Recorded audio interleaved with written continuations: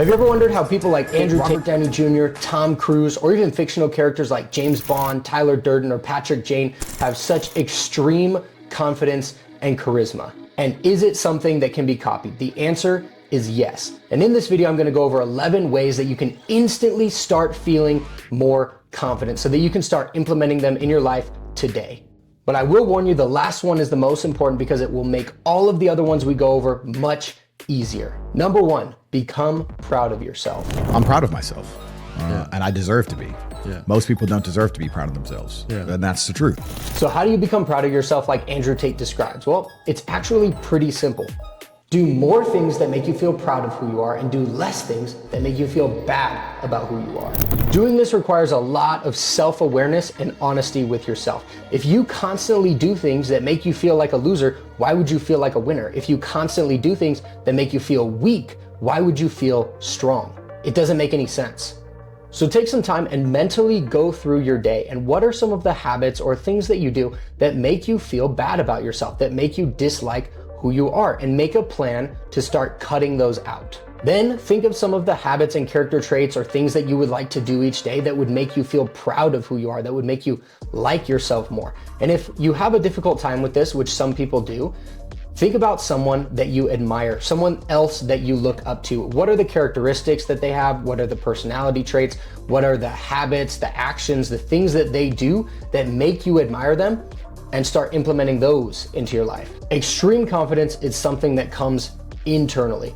Nothing external can replace it. Nice clothes, nice car, nice watches, which we will go over, things like that, are often temporary fixes and won't get you to quite the level that we're talking about here. However, extreme confidence is exactly what you'll get with number two, which is accept yourself. Everyone has insecurities, some more than others, and that's okay. What's not okay is running from them, hiding from them, and allowing them to defeat us and overcome us rather than accepting them and overcoming them and working on them.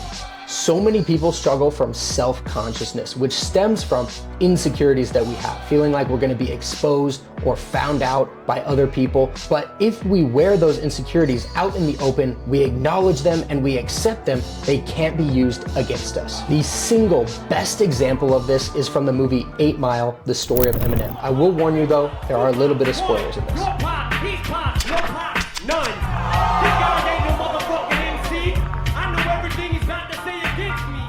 So what happens is instead of him hiding from his insecurities and worrying about being found out, he attacks those insecurities and lays them out in front of everyone before his opponent is able to. He owns it.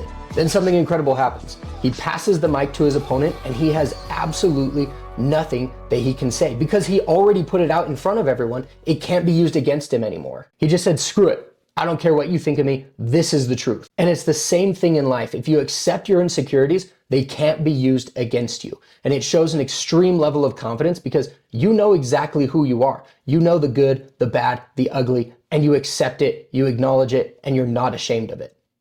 But that's nothing compared to this next piece that David Goggins talks about. Become a man of your word.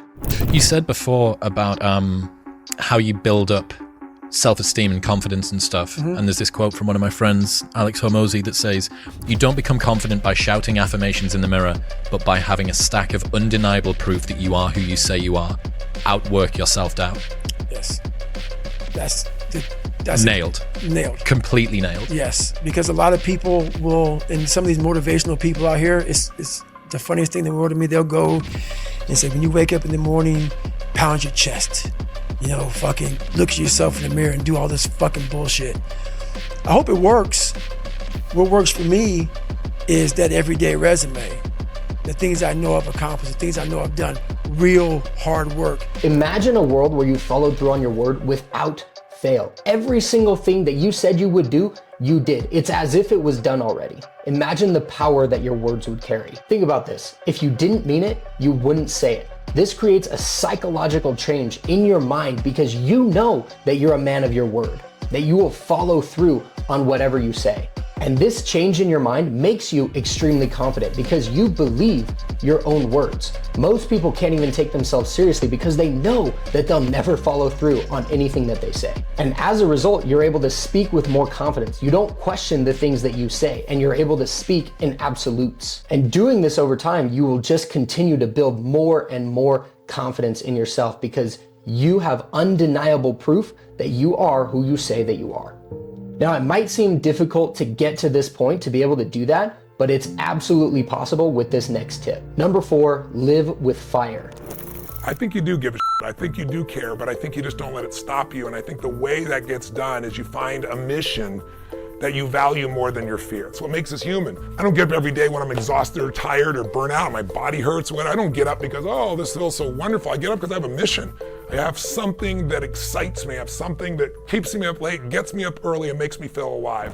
Most people are content with living a life of mediocrity, and most people also lack a lot of confidence. I think there's a correlation there. When you live life with fire, purpose, and passion, it will create an internal sense of confidence that will make you feel unstoppable because you won't allow anything to get in your way and stop you. The vision that you have for your life is so great and so important and so meaningful to you that it will carry you through any difficulty that you overcome and make you feel powerful and unstoppable in your relentless pursuit of it. So what you can do is start thinking about your life in the future. What do you want? And think with no limits. Where do you want to live? What kind of car do you want to drive? How much is your income? What kind of family do you have? What type of home do you have? What type of person are you? Who are you as a person? These are the types of things that will create a big, powerful vision for your life. Living like that will give you a massive edge over people, just like this next tip. Number 5, dress better. Ever thought I'd spend on clothes, and I really felt quite bad about it. I thought maybe it was an extravagance, but I thought, no way, man, I'm going to see if I can nail this dead on, and I'm going to be speaking to, 100,000 people. I'm going to look as sharp as I possibly can. And one of the consequences of that has been that young men in particular come to the lecture tour dressed up in suits, 3-piece suits. Or the couples come and they're dressed up like they're coming to a wedding. So that's really something. And why do you think that is?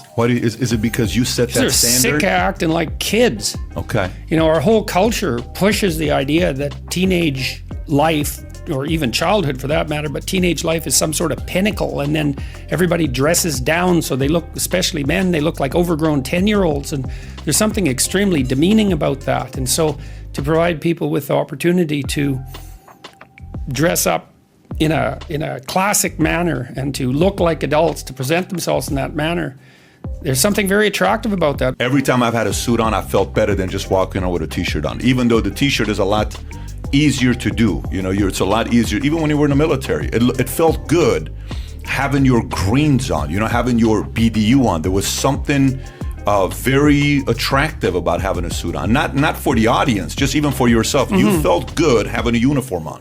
The better you dress, the better you feel. The better you feel, the better you perform. It's important to note, though, that this is not about externals and impressing other people. This is about treating yourself with dignity and with respect. Like Patrick Bet-David said in that video, there's something different about it for yourself. Now, this doesn't mean that you need to wear a 3-piece suit every single day, but it does mean wear clothes that fit you well, that are clean, and that make you look put together and presentable. This will give you an instant confidence boost. Just like number 6, which is carry yourself differently. If you're very upset, it's hard to talk yourself out of it. If you're stressed, it's hard to think yourself out of it. In fact, you can start doing all sorts of third personing and rationalization. You can call someone, you can text somebody. It's very hard to get yourself out of those states with thinking alone. But the beauty of the autonomic nervous system is that it traverses the brain and the body, and it connects to essentially all the organs of the body.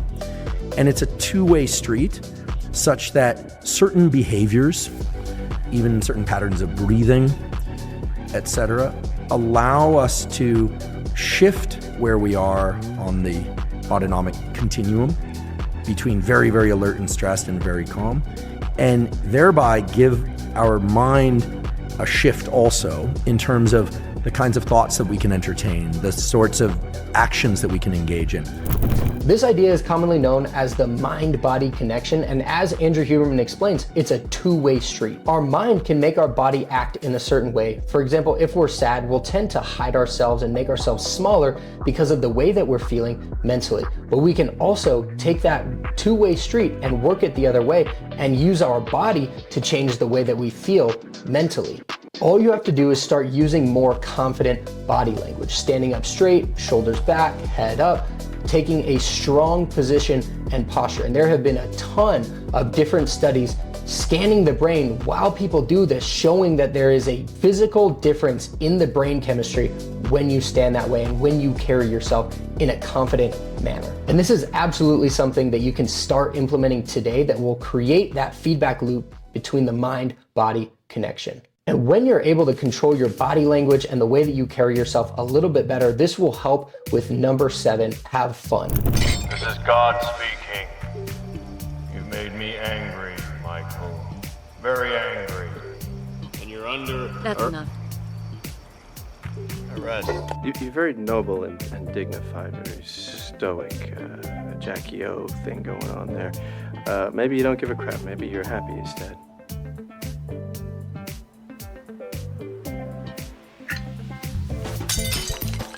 Maybe not. You can't park there. Sure I can. Look. Most people take things way too seriously, and this makes you stiff and anxious. And the reality is that most things are not as big of a deal as we make them out to be in our own mind. Like Patrick Jane does, we can have fun. Of course, there are times to be more serious, but having this carefree attitude will loosen you up and allow you to live life more freely. And it'll make you feel less fear of failure, fear of judgment, because it's all fun anyways. Life is fun. And having that kind of mindset will help you with number 8, which is face adversity head on.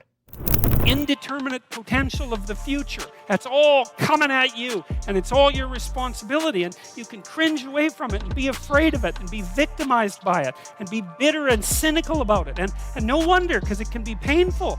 Or you can turn around and you can say, man, bring it on. In life, we can choose to shrivel up and hide away from adversity and challenges, or we can choose to stand up straight and attack it head on. When you take on life with strength, it will make you feel more confident and more capable, which will only make you succeed more and allow you to continue to stack up those wins. So face adversity head on, weather the storms of life, walk straight at them, and you will get through them faster and stronger. Speaking of strength, this next one will help you act and speak with more power. Number 9, be non-reactive. That's why he's been chosen. I am chosen. I'm chosen. Now, this is obviously an extreme example, but it portrays a calm sense of power and confidence. Silence is often used by confident people because they know that they don't need to react quickly because they are in charge of the situation. The person who is the most in control of their emotions has the most control over the situation. Just like the difference between a bunny that's jumpy and fidgety and ready to run at the first sign of movement or sound, and a lion who moves slowly and has absolutely no fear because he knows that he is the most powerful one in the area. And because of this, the lion is absolutely unbothered by any other animal. Just like number 10, stop caring what other people think.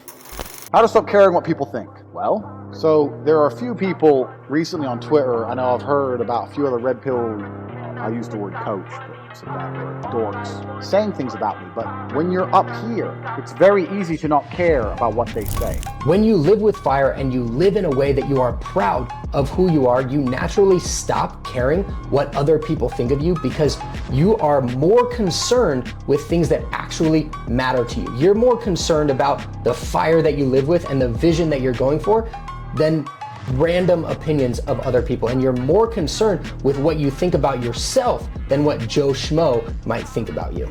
Now, when that happens, you're able to have more fun in life, like we've already talked about, because you're not weighed down by the judgments and the opinions of other people. And you don't take things so seriously because you know who you are, you know what you stand for, you know what you live for, and you have an internal sense of confidence that cannot be matched and allows you to live freely. Now, this last one is extremely important because without it, everything else falls apart. Number 11, think stoic. Seneca said, "You could leave life right now. Let that determine what you do and say and think." Confident people are not afraid to live a full life, and keeping in mind something like this quote allows you to keep things in perspective. Do I really care what a random person might think about me, or do I care more about what I think about me, what my family thinks about me, what God thinks about me? And you can ask yourself, am I doing what I want to do? Am I the type of person that I want to be? Am I living up to my full potential, or am I wasting my life and my time? Keeping this in mind will help you live life to the fullest and let you live with confidence, strength, power, and no regrets. Now that you know how to gain extreme confidence, you need to know some of the best advice for young men in their 20s, which is exactly why I made this next video for you. I'll see you over there.